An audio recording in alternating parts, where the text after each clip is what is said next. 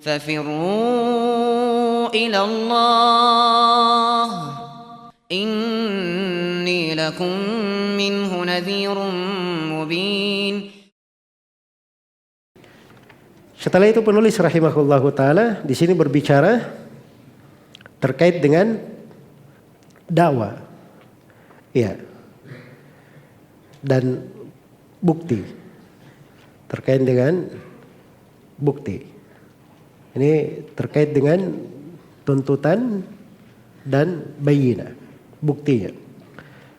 Kata beliau rahimahullah di halaman 197, wa idza kana ma'al muddai bayyinatun sami'ahal hakim wa hakama lahu biha.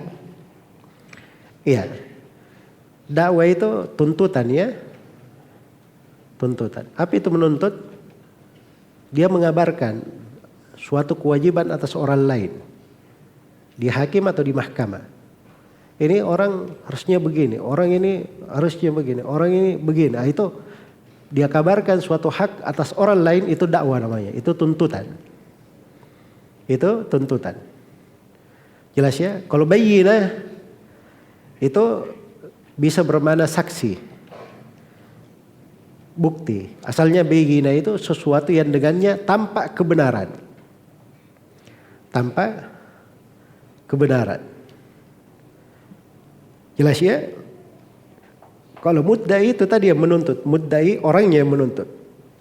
Kalau mudda'a alaihi, orang yang dituntut. Orang yang apa? Orang yang tertuntut. Baik, kita lihat sekarang. Wa idza kana ma'al mudda'i bayyinatun sami'aha al-hakim wa hakama lahu biha. Jika pihak penuntut memiliki bayyinah, maka si hakim mendengarkan bayyinah tersebut. Ya. Dan si hakim menjatuhkan hukum berdasarkannya. Dan ini berdasarkan kesepakatan ulama. Iya. Jelas ya? Dan di situ fungsinya sebenarnya hakim itu. Orang yang benar dia benarkan dengan buktinya, dengan argumennya. Dan dilakukan oleh Nabi sallallahu alaihi wasallam dan para khulafa ar-rasyidin. Wa illam takul lahu bayyinah fal qawlu qawlul mudda'a alaihi ma yaminihi. Ya. Kata beliau, jika kalau pihak penuntut tidak memiliki bayyinah, ucapan yang diterima adalah ucapan pihak tertuntut disertai dengan sumpah pihak tertuntut. Sekarang kamu menuduh si fulan begini dan begini. Mana buktinya? Ditanya oleh qadhi. Dia bicara begini, oh itu bukan bukti. Nggak bisa jadi bukti. Sudah habis, nggak bisa bukti.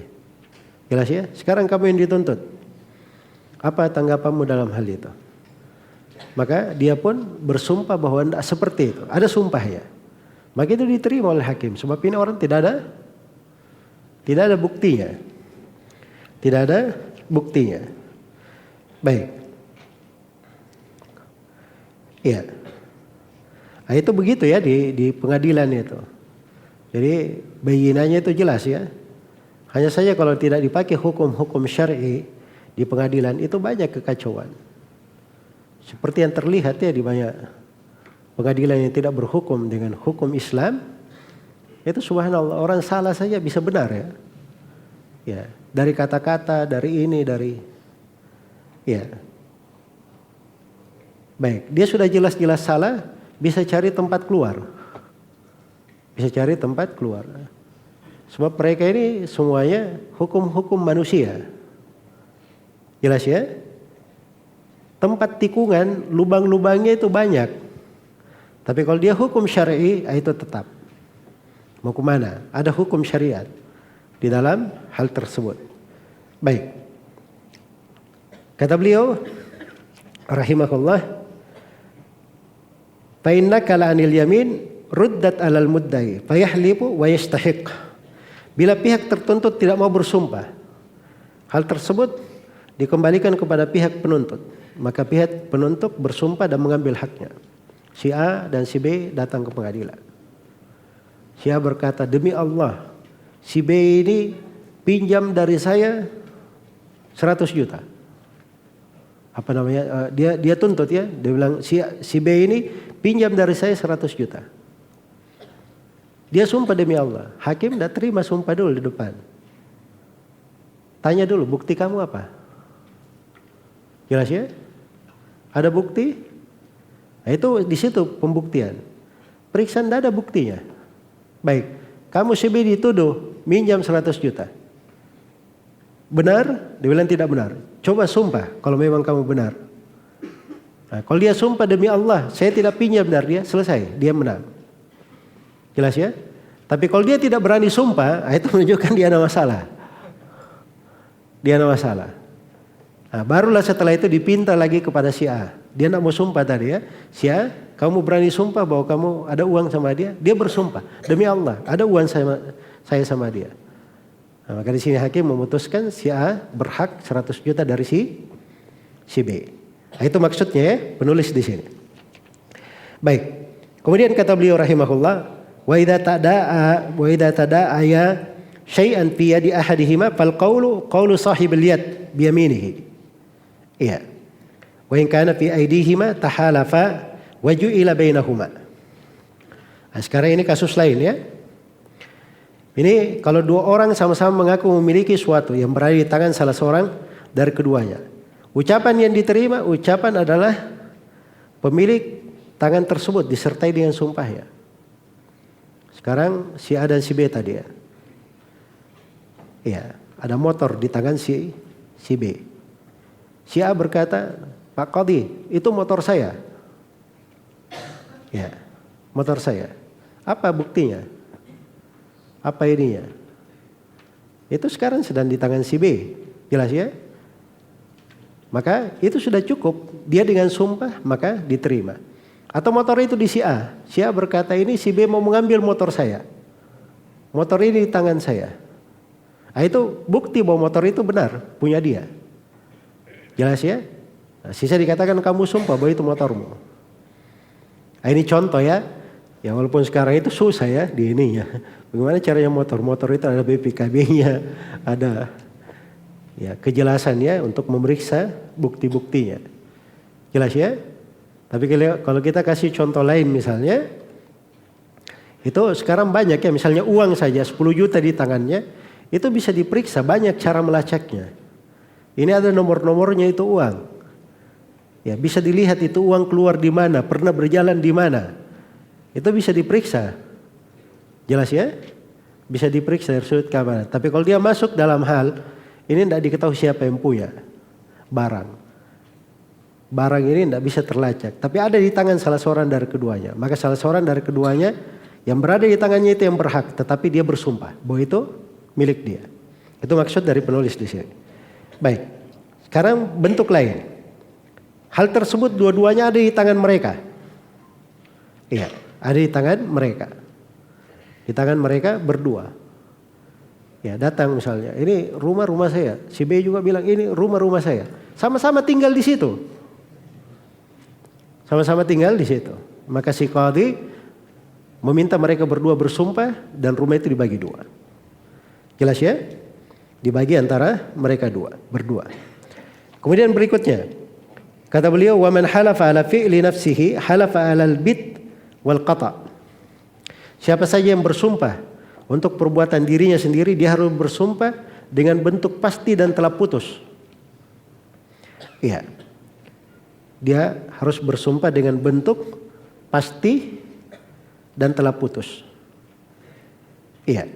Jadi ini kalau dia bersumpah untuk dirinya, apakah menetapkan, menafikan, tapi untuk kemaslahatan dirinya, maka dia bersumpah hal yang pasti. Misalnya, demi Allah, saya telah menjualnya.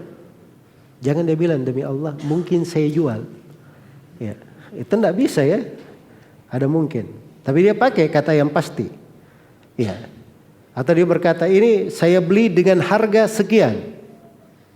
Jelas ya? Ada penyebutannya, itu pasti. Itu pasti. Atau kalau dia bilang tidak, dia bilang demi Allah saya tidak pernah jual. Itu jelas, pasti. Baik. Kemudian kata beliau, wa man halafa ala fi'li ghairihi fa in kana itsbatan halafa ala al-batti wal qata' wa in kana nafyan halafa ala nafyil ilm. Ya. Siapa saja yang bersumpah terhadap perbuatan orang lain selain dia, Apabila suatu penetapan dia bersumpah dengan bentuk pasti dan telah putus. Iya. Misalnya dia berkata, ini orang lain ya, berkata, dia bilang, demi Allah, si Muhammad ini telah menjual rumahnya kepada si Zaid. Nah, itu pasti ya. Baik, itu kalau penetapan. Tapi kalau dia menafikan, cukup dia bersumpah di atas penafian pengetahuan. Ya, misalnya dia berkata, demi Allah saya nggak tahu bahwa si Muhammad ini menjual rumahnya kepada Zaid. Itu penafian. Ya, cukup dia bersumpah atas ketidaktahuan saja. Baik, itu cara-cara ya, dan itu alatnya qadhi untuk mengukur orang-orang yang datang. Dan ini etika-etika yang seperti ini banyak ya. Ya. Ada yang menulis Ahkamul Qadha 3 jilid, Waqi' namanya. Buku-buku tentang qadha itu banyak sekali. Akhbar tentang para qadhi, biografi dan seterusnya, contoh-contoh peradilan. Itu tergantung etika-etika. Bagaimana kecerdasan, kejeniusan, cara mereka. Itu kalau seorang semakin banyak dia baca, luas wawasannya. Luas wawasannya di dalam hal tersebut. Jelas ya? Jadi itu sudut dari ilmu. Jadi antum sudah tahu ini ya, gambaran ini. Itu masuk di ilmu warisan saja, bukunya itu betapa banyak itu. Tentang warisan. Itu satu bab kecil. Di akhir pintu muamalah. Tapi bukunya banyak. Masuk ke tentang pengadilan lagi. Banyak sekali bukunya. Di situ. Jelas ya? Makanya seorang itu semakin banyak dia pengetahuannya, semakin banyak dia mempelajari, itu akan semakin luas dari wawasannya. Sama dengan kita ya, kalau kita cuma duduk di sini, ya kita cuma lihat di dalam masjid, di rumah ini kita cuma kenal rumah ini, rumah itu, ya terbatas. Tapi coba kalau lagi terbang ke atas, kita akan lihat banyak hal di negeri ini. Oh rupanya di sini bukan cuma masjid saya, bukan cuma rumah saya. Ada lapangan, ada sungai, ada ini, ada itu. Oh, itu akan lebih luas apa? Lebih luas wawasannya. Jelas ya? Tapi itu lihat ya, orang semakin di bawah terbatas, tapi semakin tinggi dia ke atas, itu semakin dia belajar, itu semakin luas cara melihatnya. Itu contoh penggambarannya di dalam ilmu.